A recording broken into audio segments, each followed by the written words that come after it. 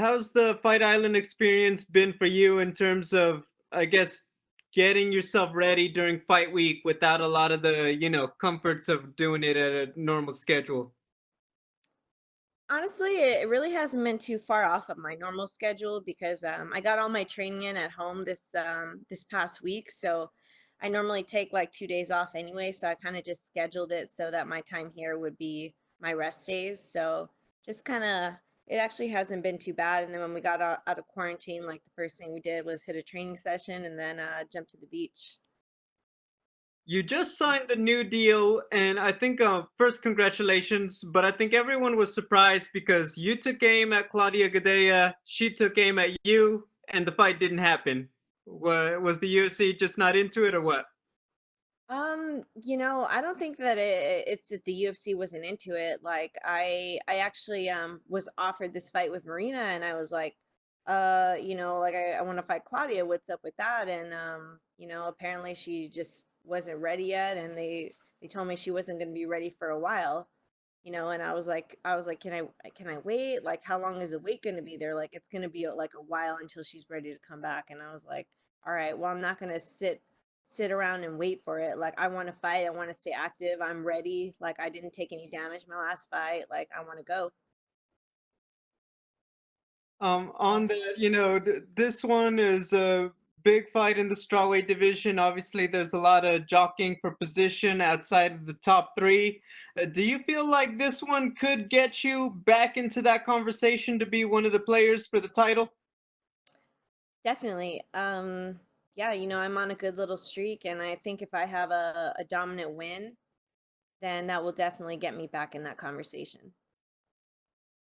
My final question, obviously the fight got moved around a little bit in terms of the date. Can you just talk about having to make that adjustment in terms of your preparation? Honestly, like, my phone was getting blown up in the morning by the manager, and I'm like, what's going on? Like, and he kind of explained to me what was going on with their positive tests of her corner and everything, and at first I was stressed out, but I really like started to think about it, and I was like, well, it's kind of a short notice fight anyway. This gives me more time to prepare. And my coach actually had been out of town most of my camp, so I had another week at home with my coach and just more time to prepare at home. And I had a couple little minor like injuries, boo boos. I was just like, like gave me a little more time to heal and get my weight down, like I mean, not that the weight is ever an issue, but just kind of get it exactly where I wanted it because I knew I was going to be in quarantine, so not able to train as much. So, everything kind of just worked out, honestly. Thank you, Carla. Thank you. We'll take the next set of questions from Gabriel Pangalangan with Dojo Drifter. Hello from the Philippines, Carla. How you doing? Hey, how's it going? I'm great. All right. So looking at their opponent's skill set, what part of her arsenal do you think you have to watch out for the most? I mean, honestly, I think probably her most dangerous part of her arsenal is like her clinch game, like her knees and her elbows are super sharp. She has a really nice clinch. She's been able to kind of frustrate a lot of people in that position.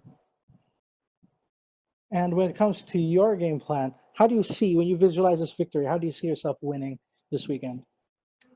I've been working on all parts of my game, but I feel like my submissions have been really nice lately. I've been pretty smooth, so I've been working on a certain couple one of them, and I'd love to have my hand raised with one of those. Yeah, and actually your opponent is undefeated, so you could actually give her that first loss of her career.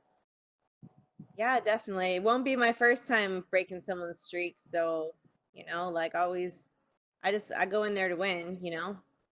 Yes, and I was actually curious because fight weeks can get pretty hectic with open workouts and the media scrums. Do you prefer this, a more low-key fight week?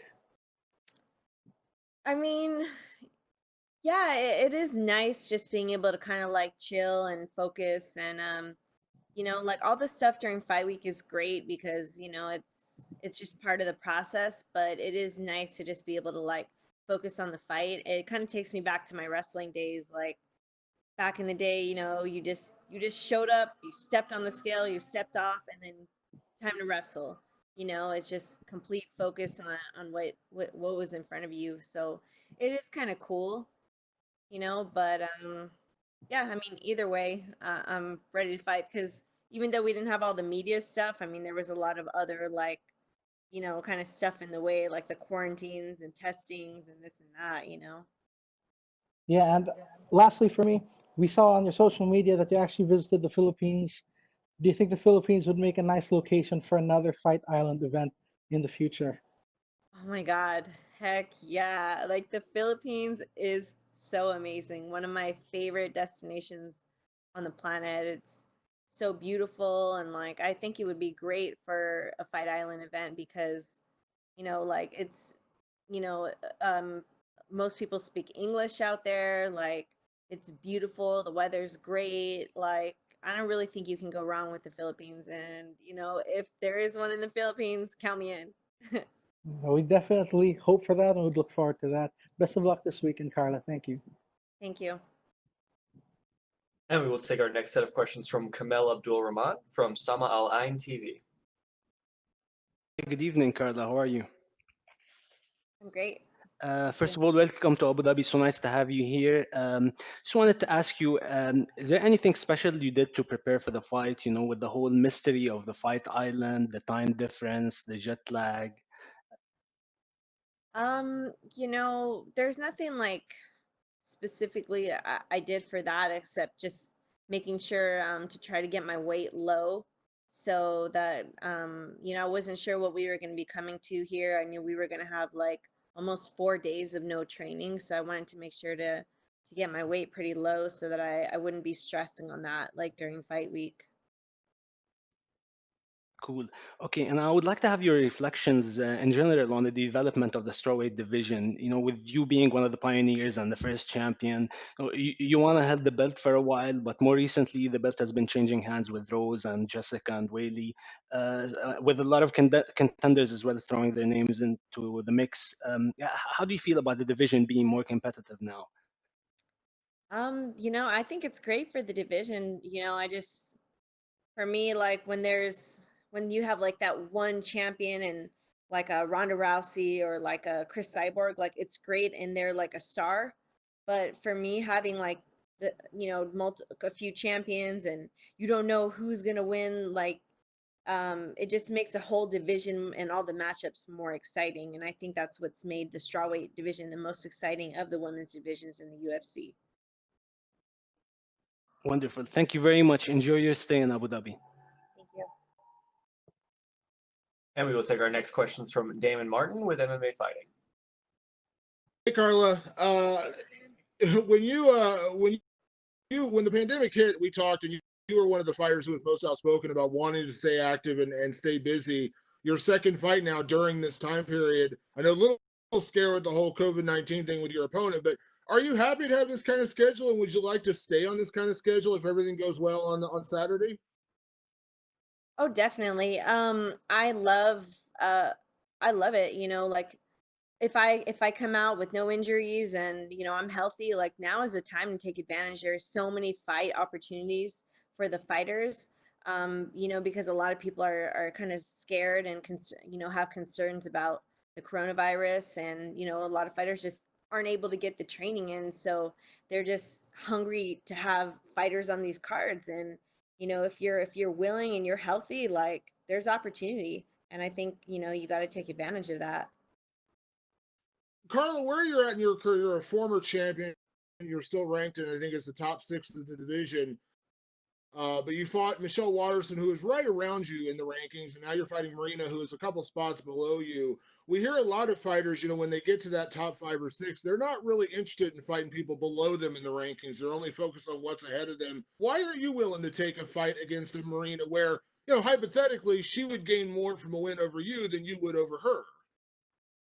Yeah, I definitely think that's true. Like I think another win will just kind of add to my win streak and be great. I wanted to fight Claudia. I think that's a fight that, we both like we all, supposedly we both want it to happen, but you know, I'd rather stay active and just take fights right now than, you know, sit around and kind of and wait unless it's like a huge opportunity like a title fight. I think now is the time to just be active and get some wins under my belt. And you know, not to look past Marina or anything. She's, you know, a very talented fighter, but you know, that's kind of what I'm looking to do. And you know, I'm open and willing to fighting someone who's ranked above me, but I'm not gonna push away opportunity either. And on the current win streak you're on, 3 wins in a row, and we understand this is part of the sport. Wins and losses, you're going to have those. But what do you feel like has been the biggest difference for you in these past few fights, where you've been able to build a streak and beat some really good opponents? I mean, Alexa Grasso, very legit. Obviously, Michelle Watterson, very legit. What do you feel like has been the difference in this win streak for you? I think you know, after I had, you know, my first 2 losses in a row in my career, I just kind of took a step back and really, you know, try to make some big changes because it really made me take a step back and, you know, like what's going on, what do I need to do to, you know, prevent this from happening again? How am I going to evolve my game? And you know, like where are my holes? And I really think that's made the difference. And last question, I don't want to make it too much about Claudia because I know that's a fight you really wanted. She ended up scheduling a fight at the end of September. I imagine you didn't want to wait that long to fight again. But at what point do you feel like that's still the logical next step if everything goes well for you, or do you just at some point have to stop chasing it because it didn't happen?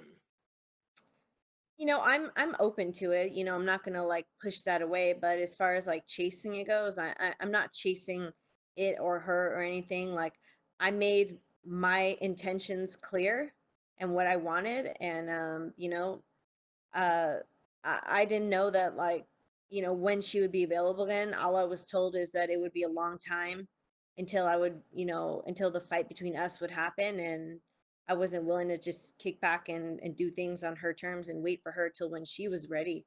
So, you know, if it happens again, I welcome it. I've been asking for that fight, you know, for a bit. So, you know, whatever happens, happens.